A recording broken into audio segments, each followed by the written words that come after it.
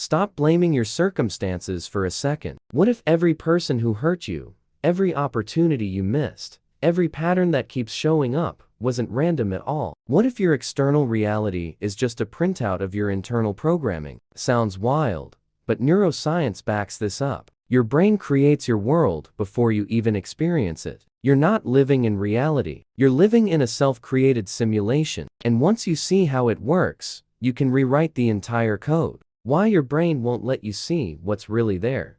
Here's what's actually happening behind the scenes. Every single experience you have gets filtered through a neural network built from your past. Your brain doesn't show you objective reality. It can't. It only shows you a customized version based on what you've already decided is true. Think about the last time someone criticized you. Did you hear what they actually said? Or did you hear it through the lens of every time you felt not good enough? That's your filter. That's your programming running the show. And here's the kicker, you're completely unaware it's happening. Research from MIT found that our brains make predictions about incoming information before we consciously process it. You're literally experiencing a delayed feed of reality that's been edited by your subconscious beliefs. It's like watching a movie where someone else already decided what you're allowed to see. This is why two people can go through the exact same situation and walk away with completely different stories. Same event, different filters. One person sees opportunity,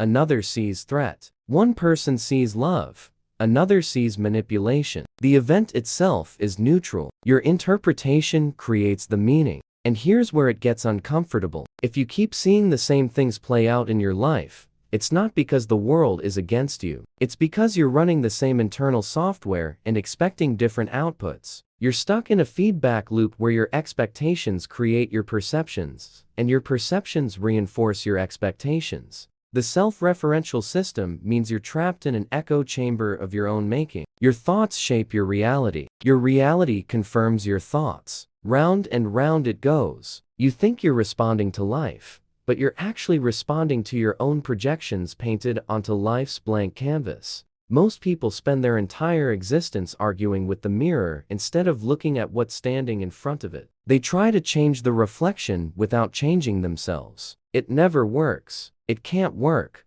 How you keep recreating the same reality over and over. Let's talk about why you're stuck on repeat. You ever notice how you can change cities, change jobs, change partners, but somehow end up dealing with the same drama? Different faces, same storyline. That's not bad luck. That's your unconscious mind running an algorithm you never agreed to install. Your nervous system is literally designed to seek out what's familiar, even when familiar equals painful. A study from the University of Texas showed that humans consistently choose predictable discomfort over unpredictable comfort. We're wired to prefer the devil we know. So you keep dating emotionally unavailable people because unavailable feels like home. You keep ending up in toxic work environments because chaos feels normal. The loop perpetuates itself through something called confirmation bias. On steroids. You believe people can't be trusted, so you unconsciously test everyone around you until they fail. Then you go, see, I knew it.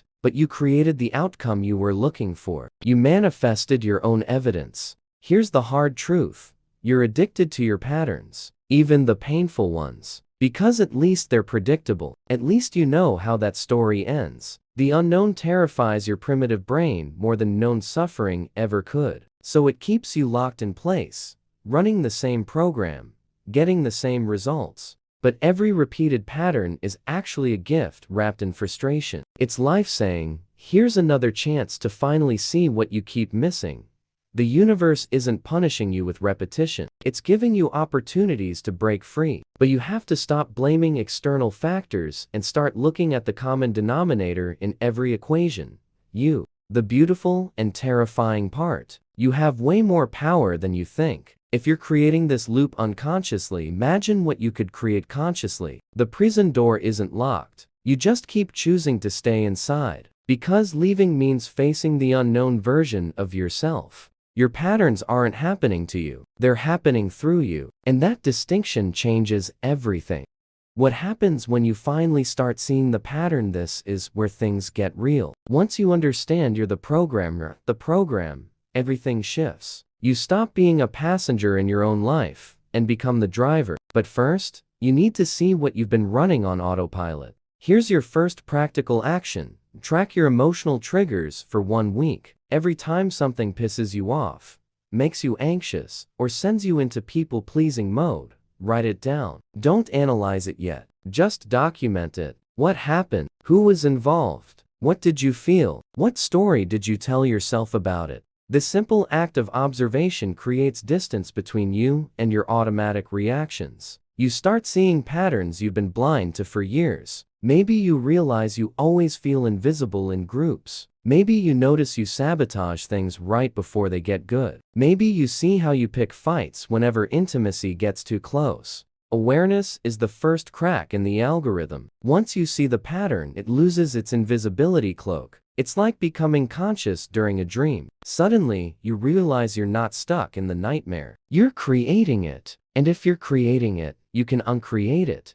Now comes the deeper work. For each pattern you identified, ask yourself, what belief is driving this? If you always feel overlooked, what's the core belief? I'm not important enough. I have to work twice as hard to be seen. Other people matter more than me. Get specific. Get uncomfortable. Most of your limiting beliefs were installed before you could even think critically. You absorbed them from parents, teachers, early experiences, and you've been operating from that outdated operating system ever since. A 5-year-old's understanding of the world is running your 35-year-old life. That's the problem. Question. Every belief, like your freedom, depends on it, because it does. Where's the proof this belief is true? When did you first decide this? Is it actually reality, or just a story you never bothered to update? Most people never ask these questions. They just keep living someone else's programming. The mirror changes when you change what's standing in front of it, not through positive thinking, through radical honesty about the stories you've been telling yourself.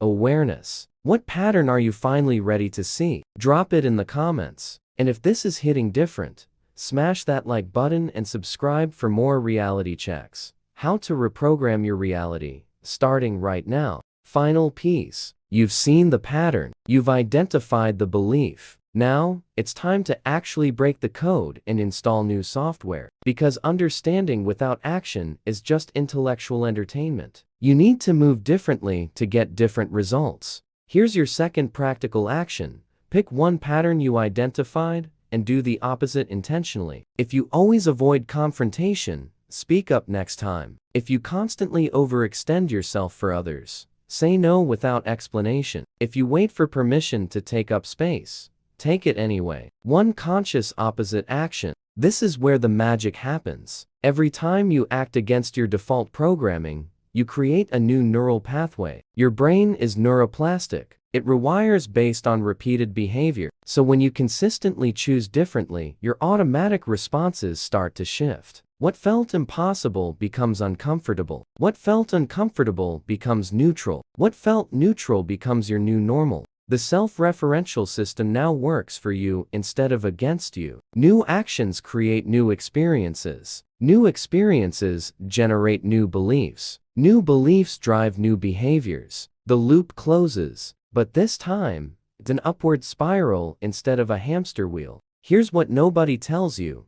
Change feels wrong at first. Your nervous system will freak out. It'll tell you something's off. That's not a sign you're failing. That's a sign you're succeeding. Discomfort means you're growing. Your old patterns will try to pull you back. Breathe through it. Keep moving. According to research from University College London, it takes an average of 66 days to form a new habit. Not 21, 66. So give yourself permission to feel awkward while the new wiring installs. You're literally changing your brain structure. That's not supposed to feel comfortable. Nothing is coincidence, because everything is you meeting yourself in different forms. The reflection was always you. The question is, what version of you is staring back now? Who are you becoming when you stop running the old code? Action. What's one thing you're going to do differently this week to break an old pattern? Say it out loud in the comments. Hit that like button, subscribe to the channel, and share this with someone who needs to hear it. Time to stop living on repeat.